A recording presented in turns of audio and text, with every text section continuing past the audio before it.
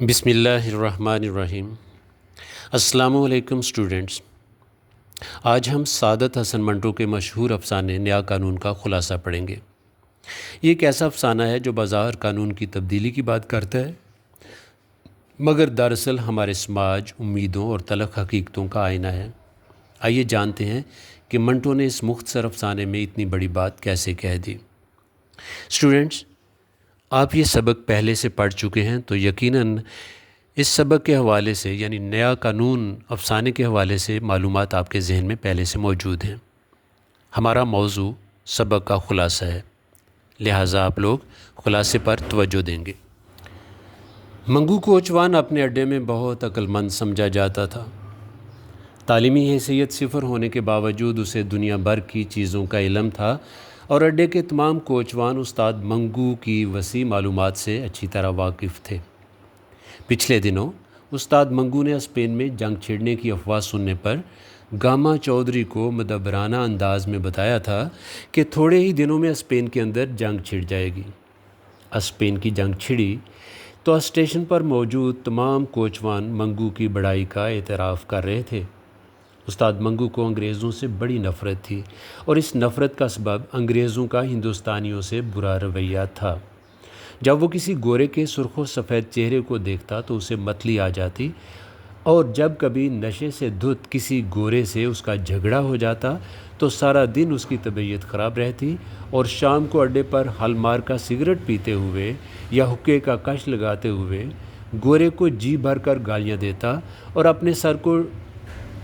اپنے سر کو ڈھیلی پگڑی سمیت جھٹکا دے کر کہتا تھا، آگ لینے آئے تھے، اب گھر کے مالک ہی بن بیٹھے۔ ناک میں دم کر رکھا ہے ان بندروں کی اولاد نے۔ وہ اکثر بڑبڑاتے ہوئے کہتا کہ ان لاٹ صاحبوں کے ناز اٹھاتے اٹھاتے تھک گیا ہوں، کوئی نیا قانون بنے تو ان لوگوں سے نجات ملے۔ ایک روز استاد منگو نے دو مارواڑیوں سے نئے قانون کے حوالے سے سنا، جس سے ہر چیز بدل جائے گی۔ منگو ان کی گفتگو سے بہت خوش تھا۔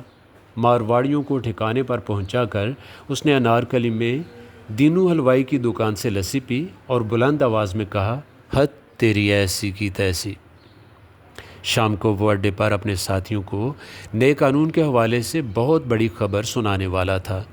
جب نتھو گنجا پگڑی بغل میں دبائے اڈے میں داخل ہوا تو استاد منگو نے اسے کہا، آج ایسی خبر سناؤں گا کہ تیری اس گنجی کھوپڑی پر بال اگائیں گے۔ پھر وہ مزے لے لے کر نئے قانون کے متعلق اسے بتانے لگا اور ساتھ ہی کہنے لگا، تو دیکھتا رہ، روس والا بادشاہ کچھ نہ کچھ ضرور کرے گا۔ ایک روز تانگے میں دو وکیل بیٹھے، ان کی باتیں استاد منگو کو سمجھ نہ آئیں تو اس نے حقارت سے انہیں دیکھ کر دل میں کہا، ٹوڈی بچے۔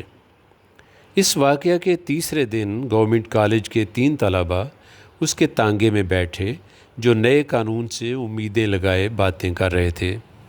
ان کی گفتگو نے منگو کو خوش کر دیا۔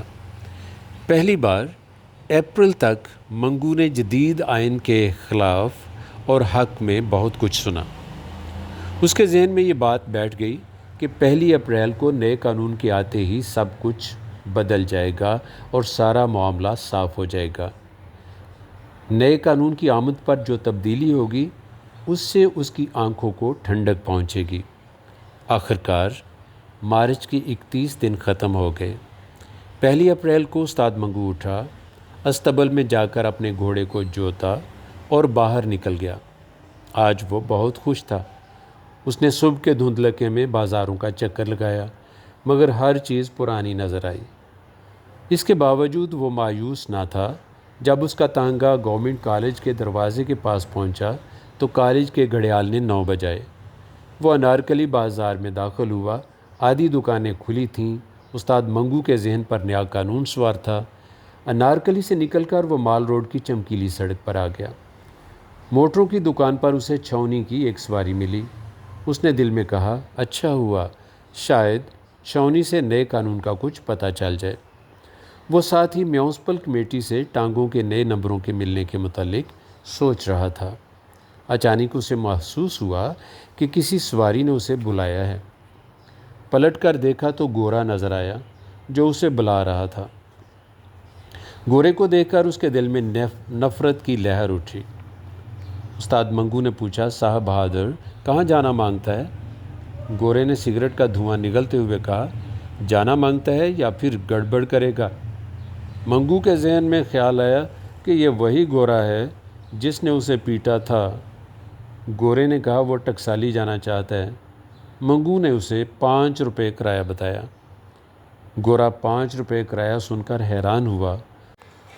استاد منگو نے پوچھا، جاؤ گے یا بیکار باتیں بناؤ گے؟ گورا غصے میں آ گیا۔ وہ اکڑ کر تانگے کی طرف بڑھا اور اپنی چھڑی سے استاد منگو کو تانگے پر سے اترنے کا اشارہ کیا۔ بیت کی یہ چھڑی استاد منگو کی ران سے 2-3 مرتبہ چھوئی۔ استاد منگو نے کھڑے کھڑے پستاکت گورے کو دیکھا اور نیچے اتر کر دھڑا دھڑ گورے کو پیٹنا شروع کر دیا۔ ساتھ ہی وہ کہتا جا رہا تھا، 1 اپریل کو بھی وہی اکڑ پھون۔ لوگ جمع ہو گئے۔ پولیس کے 2 سپاہیوں نے بڑی مشکل سے گورے کو استاد منگو کی گرفت سے چھڑوایا، جو ہانپتی ہوئی آواز میں کہتا جا رہا تھا، 1 اپریل کو بھی وہی اکڑ پھون۔ وہ دن گزر گئے جب خلیل خاں فاختہ اڑایا کرتے تھے۔ اب نیا قانون ہے میاں، نیا قانون۔ استاد منگو کو سپاہی تھانے لے گئے۔ تھانے کے اندر کمرے میں وہ نیا قانون چلاتا رہا، لیکن کسی نے اس کی نہ سنی۔ نیا قانون کیا بک رہے ہو؟ قانون وہی پرانا ہے۔ اور سپاہیوں نے اسے حوالات میں بند کر دیا۔